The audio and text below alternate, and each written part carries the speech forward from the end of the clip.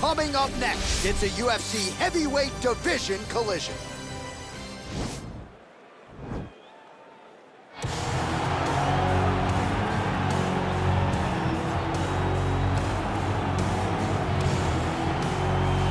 All right, should be interesting to see how it goes for him here tonight. This is a high-level wrestler of the highest order.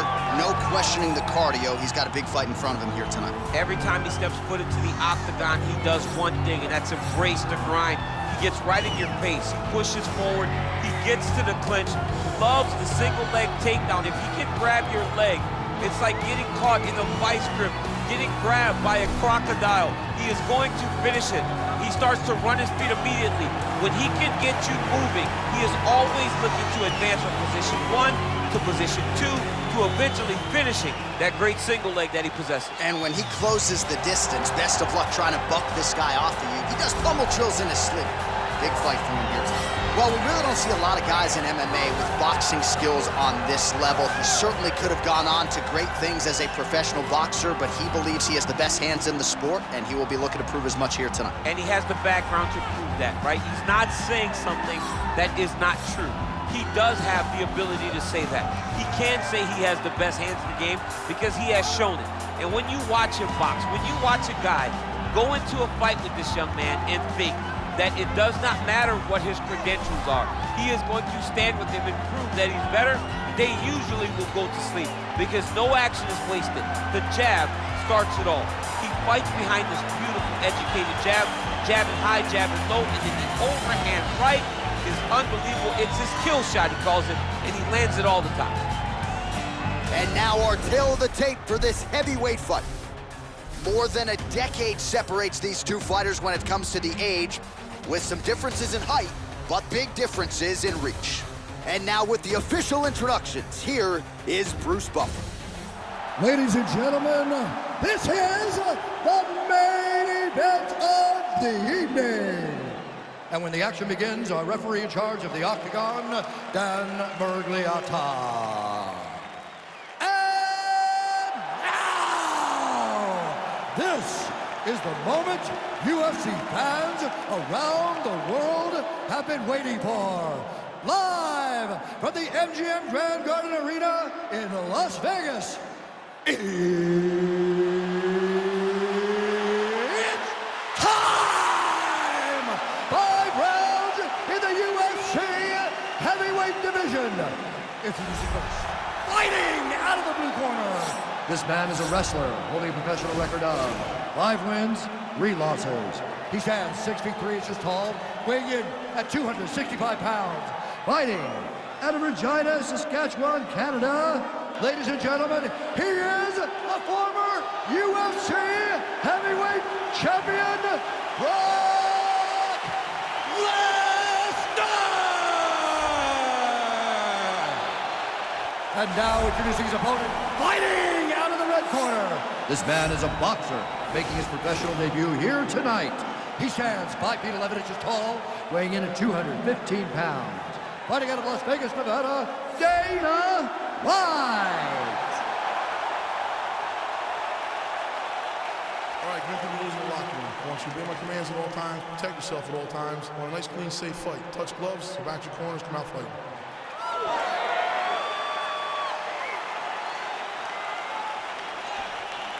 You ready? You ready?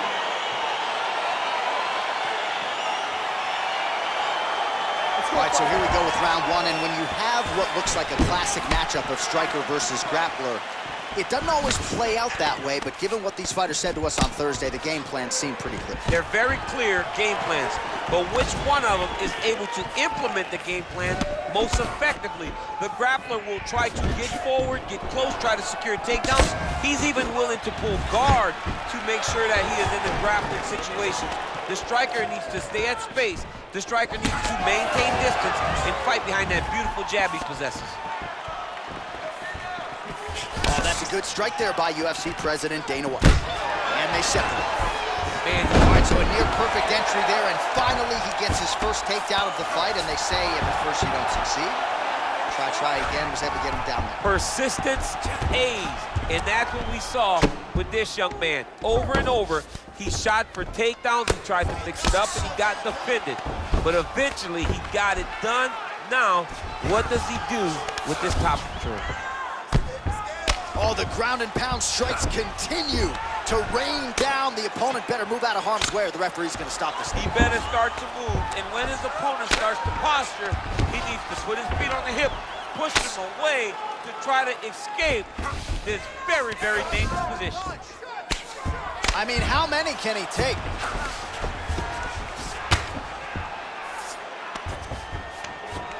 Oh, looks like he's going for an armbar here. How tight is that? Gotta be careful, armbar. You gotta recognize that when a guy starts to put his feet on your hips, you gotta move him off, and now he falls back into the finishing position.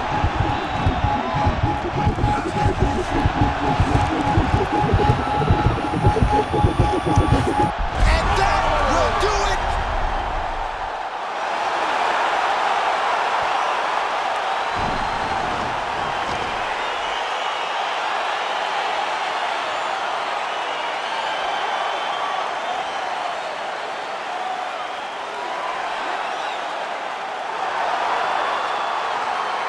So a wild round and a wild sequence there on the ground. DC, talk us through the highlight. He's such a phenomenal grappler.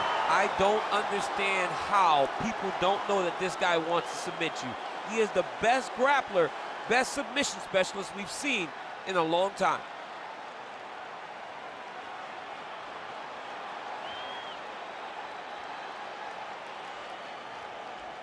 So there he is, your winner by submission. That could hold up as one of the better subs of the year. Near perfect execution tonight. We go to Bruce Buffer for the official decision. Ladies and gentlemen, referee Dan Mergliata's called a stop to this contest at 3 minutes, 8 seconds of the very first round. For the winner by submission, Brock